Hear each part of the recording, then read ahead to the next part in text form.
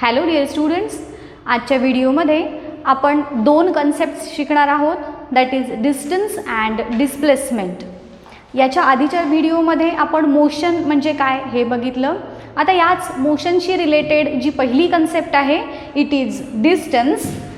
Distance ज्याला आपण मराठीमध्ये अंतर असं म्हणतो. आता ही डिस्टन्स कन्सेप्ट क्लिअर होण्यासाठी तुमच्या टेक्स्टबुकमध्ये एक छोटीशी ॲक्टिव्हिटी दिलेली आहे. त्या ॲक्टिव्हिटीमध्ये काय सांगितलं आहे की शीतल आणि प्रशांत असे दोन भाऊ बहीण आहेत आणि ते दोघं शाळेला निघाले. शाळेला जाताना प्रशांत जो आहे तो डिरेक्टली घरापासून इथे स्कूलपर्यंत गेला. Okay, this is school.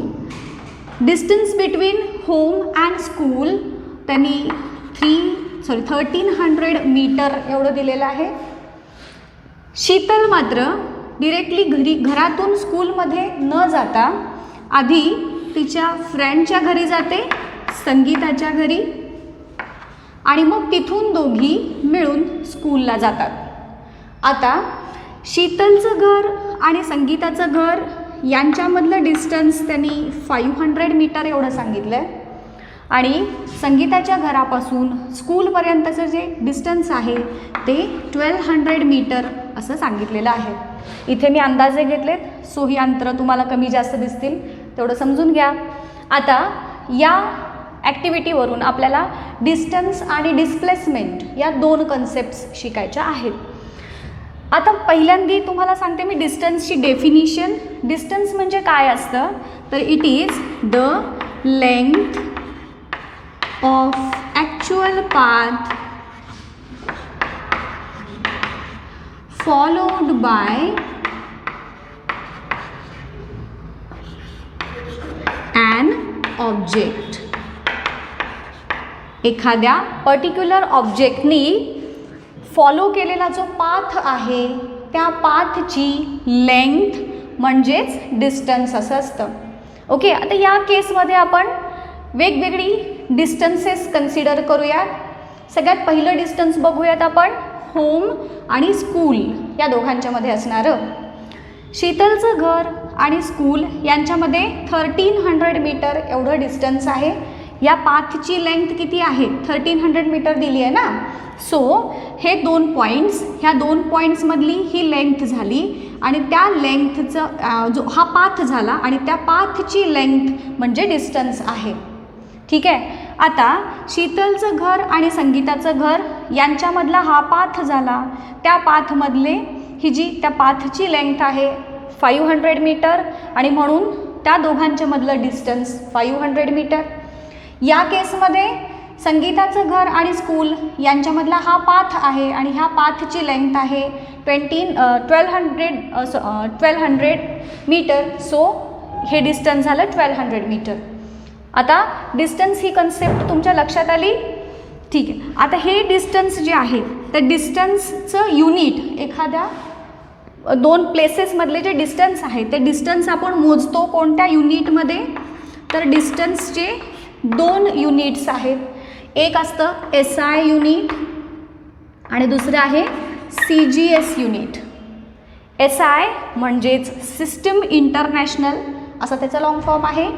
या युनिटमध्ये नॉर्मली जे मोठे युनिट्स असतात किलोग्रॅम, किलोमीटर यासारखे युनिट्स हे SI पद्धतीत मोजले जातात.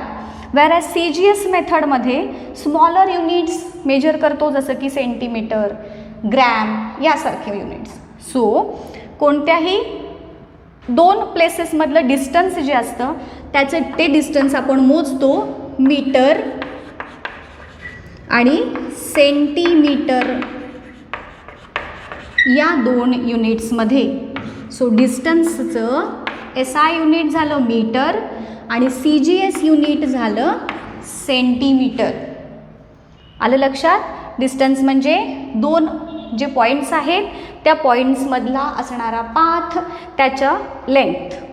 ठीक आहे. आता हे जे डिस्टन्स आहे हे स्केलर क्वांटिटी आहे. आता स्केल म्हणजे ज्याचा यूज करून आपण एखादं मेजर करतो, लेंथ मोजतो. आता हे जी स्केलर क्वांटिटी सांगितले, व्हॉट डज मीन स्केलर? तर स्केलर म्हणजे अशी क्वांटिटी की जी एक्सप्रेस करण्यासाठी डिरेक्शनची गरज नसते. There is no need to mention direction. For example, जसं की सपोज ह्याच एक्झाम्पलमध्ये आपण घेऊ, जेव्हा मी शीतलचं घर आणि स्कूल यांच्यामधलं डिस्टन्स 1300 मीटर आहे असं सांगते, तेव्हा मी हे डिस्टन्स सांगताना डिरेक्शन सांगते का?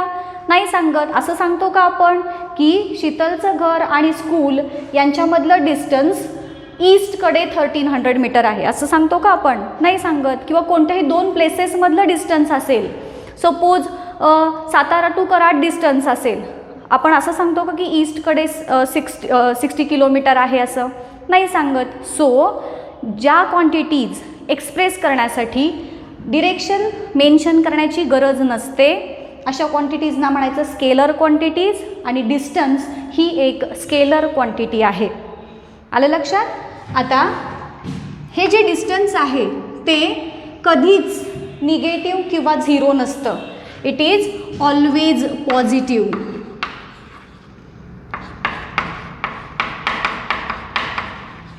दोन प्लेसमधलं जेव्हा आपण डिस्टन्स सांगतो ते कधीच निगेटिव्ह असणार आहे का?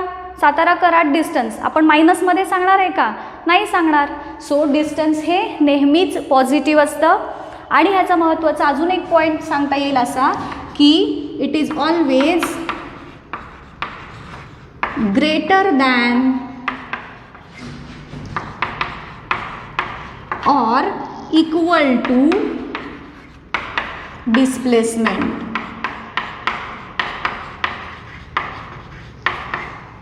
डिस्टन्स हे आयदर डिस्प्लेसमेंटपेक्षा मोठं असतं किंवा डिस्प्लेसमेंट एवढं असतं.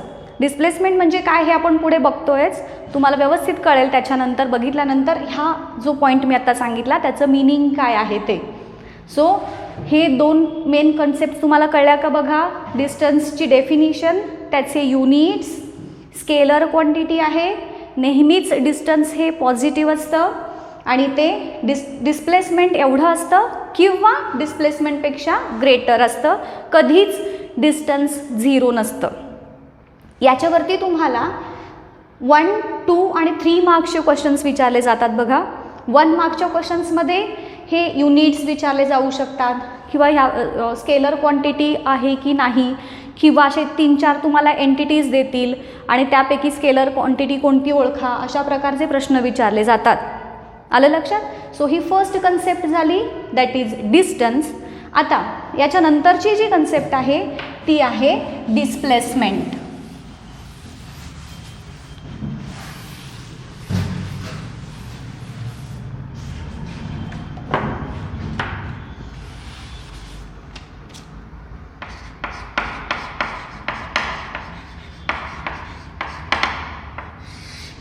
आता जे पॉईंट्स तुम्हाला मी डिस्टन्समध्ये सांगितले, डिस्प्लेसमेंटमध्ये त्याच्या अपोजिट पॉईंट्स आहेत असं लक्षात ठेवा. आता डिस्टन्सची डेफिनेशन मी तुम्हाला काय सांगितली? Length of actual path followed by an object. एका पर्टिक्युलर ऑब्जेक्ट एका पॉईंटपासून दुसऱ्या पॉईंटकडे जातानाची त्याचा जो काही पाथ आहे त्या पाथची लेंथ म्हणजे डिस्टन्स असतं. व्हेरॅज डिस्प्लेसमेंट म्हणजे काय असतं बघा? It is the shortest distance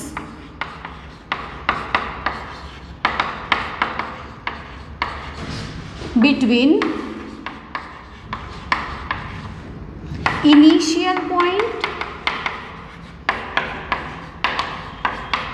and final point of movement. Initial point आणि फायनल पॉइंट या दोघांच्या मधलं शॉर्टेस्ट डिस्टन्स हा पार्ट महत्त्वाचा आहे बघा डेफिनिशनमधला. डिस्प्लेसमेंट हे देखील डिस्टन्सच आहे, पण कसं आहे? शॉर्टेस्ट. एक्झाम्पल देते, आत्ताचंच आपण एक्झाम्पल जे स्कूलचं घेतलं होतं तेच डिस्कस करूयात.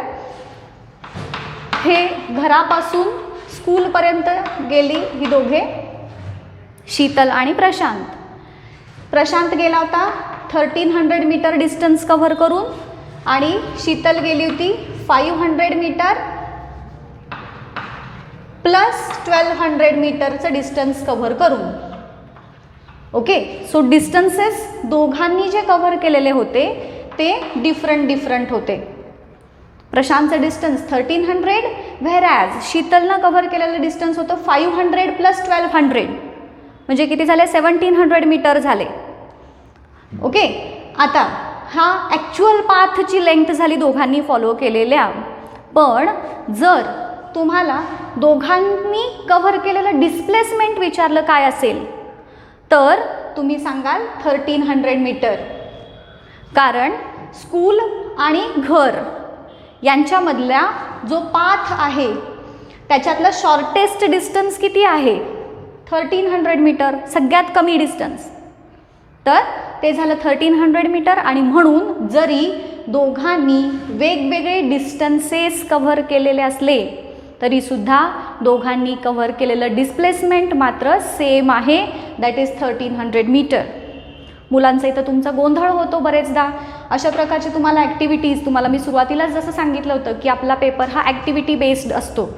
सो असं एखादी तुम्हाला ॲक्टिव्हिटी देतील आणि दोघांनी कव्हर केलेलं डिस्टन्स किती आहे आणि डिस्प्लेसमेंट किती आहे असा प्रश्न तुम्हाला विचारतील.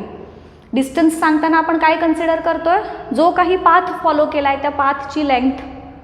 पण डिस्प्लेसमेंट मात्र सांगताना दोघांच्यामधलं, दोन्ही पॉईंटमधलं शॉर्टेस्ट डिस्टन्स सांगतोय. सो सपोज आपण कराडहून साताऱ्याला गेलो, 60 किलोमीटर लेंथ आहे असं मी सांगितलं त्या पाथची. सो डिस्टन्स आपलं 60 किलोमीटर झालं. आता जेव्हा मी कराडहून सातारला गेले त्या केसमध्ये माझं डिस्प्लेसमेंट पण 60 किलोमीटर झालं आणि डिस्टन्स पण 60 किलोमीटरच आहे. पण समजा मी कराडला जाऊन परत साताऱ्याला आले, त्या केसमध्ये माझं डिस्प्लेसमेंट हे 0 असणार आहे. का 0? Shortest distance between initial and final points. आणि ते किती आहे, माझं इनिशियल पॉईंट पण साताराच आहे, फायनल पॉईंट पण साताराच आहे आणि म्हणून माझं डिस्प्लेसमेंट मात्र 0 असणार आहे. डिस्टन्स जरी मी सातारा टू कराड 60 किलोमीटर आणि कराड टू सातारा परत 60 किलोमीटर असं 120 किलोमीटर डिस्टन्स मी कव्हर केलं, पण जेव्हा डिस्प्लेसमेंट सांगण्याची वेळ येते तेव्हा जर तुम्ही फिरून त्याच पॉईंटला येत असाल तर डिस्प्लेसमेंट ही 0 असते. लक्षात राहील. So this is the next concept, that is displacement. ही त्याची डेफिनिशन झाली. आता याचे देखील SI आणि CGS युनिट्स हे डिस्टन्स सारखेच आहेत. म्हणजेच SI युनिट काय आहे, मीटर, आणि CGS युनिट सेंटीमीटर. ओके. आता डिस्टन्स ही स्केलर क्वांटिटी होती जी सांगताना डिरेक्शन आपण सांगतो का, नाही सांगत. पण डिस्प्लेसमेंट मात्र व्हेक्टर क्वांटिटी आहे. वेक्टर क्वांटिटी म्हणजे अशी क्वांटिटी की जी एक्सप्रेस करण्यासाठी तुम्हाला डिरेक्शन मेन्शन करणं हे मस्ट आहे. Without mentioning direction you are not able to express the vector quantities. Example सांगते.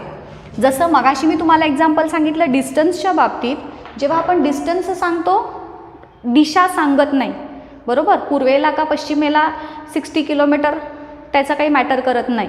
पण समजा तुम्हाला असं कोणी विचारलं की how to go from Satara to Karad, तेव्हा तुम्ही सांगणार काय सांगणार, त्या कंडिशनमध्ये तुम्ही डिरेक्शन मेन्शन करता की सरळ जा, डावीकडे वळा, उजवीकडे वळा, हायवे लागेल, स्ट्रेट जा, इजंट इट. सो या केसमध्ये जेव्हा केव्हा आपण डिस्प्लेसमेंट मेन्शन करतो तेव्हा डिरेक्शन सांगणं हे मस्ट आहे. त्याशिवाय तुमची जी क्वांटिटी जी एंटिटी आहे ती प्रॉपरली मेन्शन होत नाही. म्हणजेच डिस्टन्स जेव्हा आपण सांगतो त्या डिस्टन्समुळे ऑब्जेक्ट 2 पॉईंटमधला आपण पाथ सांगितला, पण जेव्हा आपण डिस्प्लेसमेंट सांगतो तर डिस्प्लेसमेंटचा यूज करून आपण एखादा ऑब्जेक्ट कुठं आहे हे मेन्शन करतो यूजिंग डिस्प्लेसमेंट. दोघींच्या मधला फरक लक्षात आला.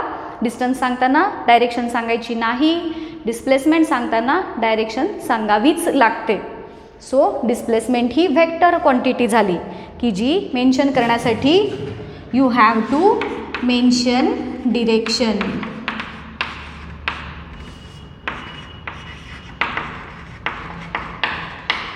The quantity which is having both direction and magnitude त्याला म्हणायचं व्हेक्टर क्वांटिटी. आता युनिट झाले, स्केलर वेक्टर झाली. मगाशी जसं मी तुम्हाला सांगितलं 2 पॉईंट्समधलं डिस्टन्स हे कधीच 0 असत नाही, परंतु डिस्प्लेसमेंट मात्र 0 असू शकते. बघा, it can be positive, negative और 0. 2 पॉईंट्समधलं डिस्प्लेसमेंट हे सांगताना हे पॉझिटिव्ह पण असू शकतं, निगेटिव्ह पण असू शकतं आणि 0 पण असू शकतं. तिन्ही पद्धती मी सांगते तुम्हाला, कधी पॉझिटिव्ह, कधी निगेटिव्ह आणि कधी 0. बघा, आता हेच एक्झाम्पल आपण कंटिन्यू करूयात. याच्यामध्ये जेव्हा मला पॉझिटिव्ह डिस्प्लेसमेंट सांगायचं आहे तेव्हा होम टू स्कूल हे डिस्टन्स जेव्हा मी सांगते तेव्हा डिरेक्शन सांगितली आणि हे पॉझिटिव्ह डिस्प्लेसमेंट झालं, एका ठिकाणाहून दुसरीकडे गेलं. निगेटिव्ह जेव्हा डिस्प्लेसमेंट आपण सांगतो तेव्हा सपोज होमपासून स्कूलपर्यंत गेलेत आणि तिथून परत होम घरी आले आणि परत सपोज या डिरेक्शनला गेले असतील तर इट इज निगेटिव्ह डिस्प्लेसमेंट. आणि 0 कधी, मगाशीच सांगितलं होतं तुम्हाला की स्टार्टिंग पॉईंट आणि एंड पॉईंट जेव्हा सेम असतो त्यावेळेस डिस्प्लेसमेंट 0 असतं. म्हणजे या केसमध्ये घरातून शाळेत आणि शाळेतून परत घरी आले असतील तर डिस्टन्स जर जे काही असेल डिस्प्लेसमेंट मात्र 0 असणार आहे. सो डिस्प्लेसमेंट हे पॉझिटिव्ह, निगेटिव्ह किंवा 0 असू शकतं. आणि अजून एक ह्याच्यातला फरकाचा पॉईंट तुम्हाला असा सांगता येईल की हे जे डिस्प्लेसमेंट आहे it is always less than or equal to distance. Displacement हे नेहमी डिस्टन्सपेक्षा कमी तरी असतं किंवा डिस्टन्स एवढं असतं. मगाशी मी काय सांगितलं होतं डिस्टन्समध्ये की it is always greater than और इक्वल टू डिस्प्लेसमेंट. आणि इथे डिस्प्लेसमेंटमध्ये काय लिहिताना तुम्ही लिहिणार की it is always less than और इक्वल टू डिस्टन्स. आता तुमच्या एक गोष्ट लक्षात आली असेल, मी हे जे पॉईंट्स तुम्हाला सांगितलेत ते पॉईंट्स त्याचा यूज करून तुम्ही दोघांच्या मधला डिफरन्स इझिली लिहू शकाल. तुम्हाला एक्झाममध्ये 3 मार्काच्या 2 मार्काच्या क्वेश्चन्समध्ये डिस्टन्स आणि डिस्प्लेसमेंट यांच्यामधला डिफरन्स लिहायला विचारला जातो.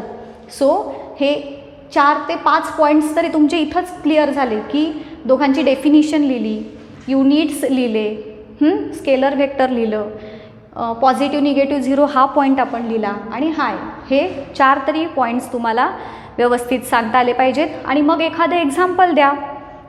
आता हे डिस्टन्स आणि डिस्प्लेसमेंट ह्या 2 कन्सेप्ट तुम्हाला कळाल्या. आता तुमच्या टेक्स्टबुकमध्ये अजून एक ॲक्टिव्हिटी दिलेली आहे बघा, आणि त्याच्यावरती देखील तुम्हाला न्यूमरिकल्स 2 मार्कांचे वगैरे विचारले जातात. ती एक ॲक्टिव्हिटी आपण इथे डिस्कस करूया.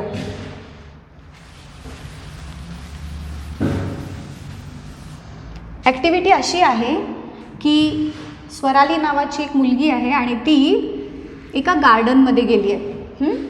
त्या गार्डनमध्ये, ते गार्डन कसं आहे तर राऊंड शेप, सर्क्युलर त्याचा शेप आहे. ओके, आता तिनं त्या गार्डनला एक राऊंड मारायचा आहे तिला. त्याचा जो एरिया डायमीटर जो आहे तो 100 मीटर एवढा डायमीटर आहे. ठीक आहे, तिनं स्टार्ट केलं ह्या ह्या पॉईंटपासून. ती पूर्ण ह्या गार्डनला तिनं राऊंड मारला आणि परत या पॉईंटपाशी आली. आणि या केसमध्ये तिनं कव्हर केलेलं डिस्टन्स किती आहे आणि डिस्प्लेसमेंट किती आहे असा प्रश्न तुम्हाला विचारलेला आहे. आता उत्साहाच्या भरात आता आपण शिकलो आहे डिस्टन्स म्हणजे काय, डिस्प्लेसमेंट म्हणजे काय, तर पटकन तुमच्या डोक्यात आलं असेल की डिस्टन्स ह्याचं 100 मीटर झालं. आलं असेल ना डोक्यात, पण ते तसं नाही आहे. जेव्हा केव्हा एखाद्या ऑब्जेक्टचा पाथ सर्क्युलर असतो तेव्हा त्यानं कव्हर केलेलं डिस्टन्स फाइंड आउट करण्यासाठी आपल्याला त्या पाथचा एरिया काढावा लागणार आहे. आता या कंडिशनमध्ये हा पाथ स्पेरिकल आहे, सर्क्युलर आहे, आणि म्हणून या सर्कलचा एरिया आपल्याला आधी फाइंड आउट करावा लागेल. सो या जी कोण स्वराली नावाची मुलगी आहे तिनं कव्हर केलेलं डिस्टन्स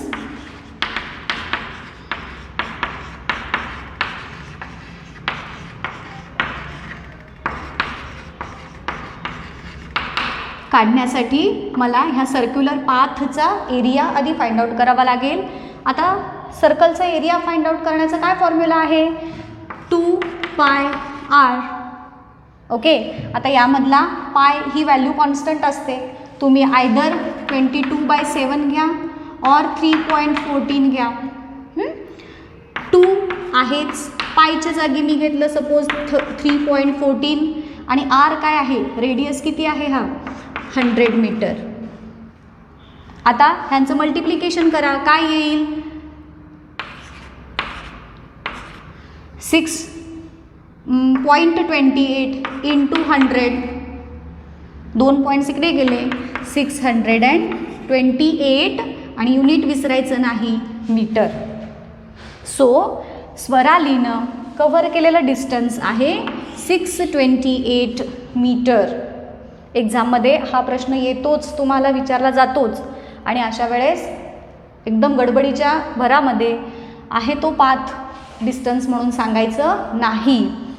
एरिया कव्हर जो आहे तो काढण्यासाठी हा फॉर्म्युला यूज करायचा, त्याच्यामध्ये पायची व्हॅल्यू पुट करून मग एरिया जो आहे तो काढायचा, आणि तो एरिया म्हणजेच कव्हर केलेलं डिस्टन्स असणार आहे.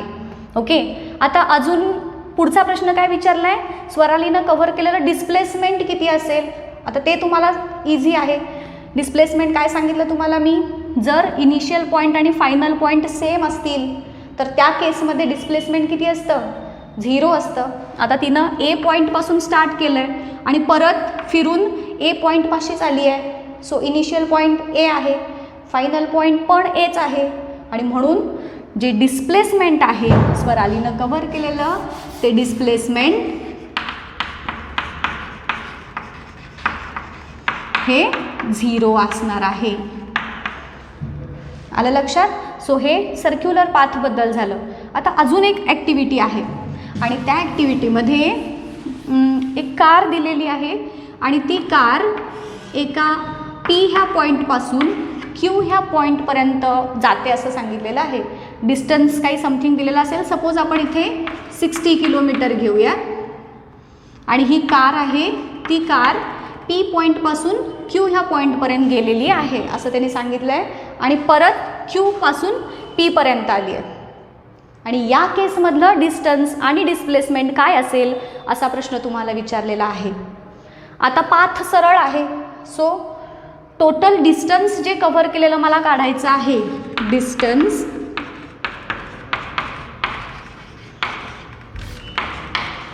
Covered by car equal to P Q, P आणि क्यू मधलं डिस्टन्स, आणि परत रिटर्न पी पाशी आली आहे ना, सो परत तेच डिस्टन्स म्हणजेच 60 किलोमीटर प्लस 60 किलोमीटर असं घेऊ आपण. मग 60 + 60 120 किलोमीटर हे त्या कारनं कव्हर केलेलं डिस्टन्स आहे. आणि डिस्प्लेसमेंट काय आहे, परत यासारखंच फिरून परत पी पॉईंटपाशी आली, initial point same, final point तोच आहे, म्हणून डिस्प्लेसमेंट या केसमध्ये 0 असणार आहे. आलं लक्षात. सो डिस्टन्स आणि डिस्प्लेसमेंट या दोन कन्सेप्ट व्यवस्थित समजल्यात का बघून घ्या. एक्झाममध्ये तुम्हाला 1, 2, 3 मार्क्सचे क्वेश्चन्स याच्यावरती विचारले जातात. डिफरन्स असेल, अशा पद्धतीचे न्यूमरिकल्स विचारले जातील, ह्या ॲक्टिव्हिटीज ज्या दिलेल्या आहेत त्या ॲक्टिव्हिटीज विचारल्या जातील. सो ह्याची प्रॅक्टिस व्यवस्थित करा. हे झालं आजचा लेक्चर. आता याच्या नेक्स्ट लेक्चरमध्ये आपण बघणार आहोत पुढच्या 2 concept, that is speed and velocity.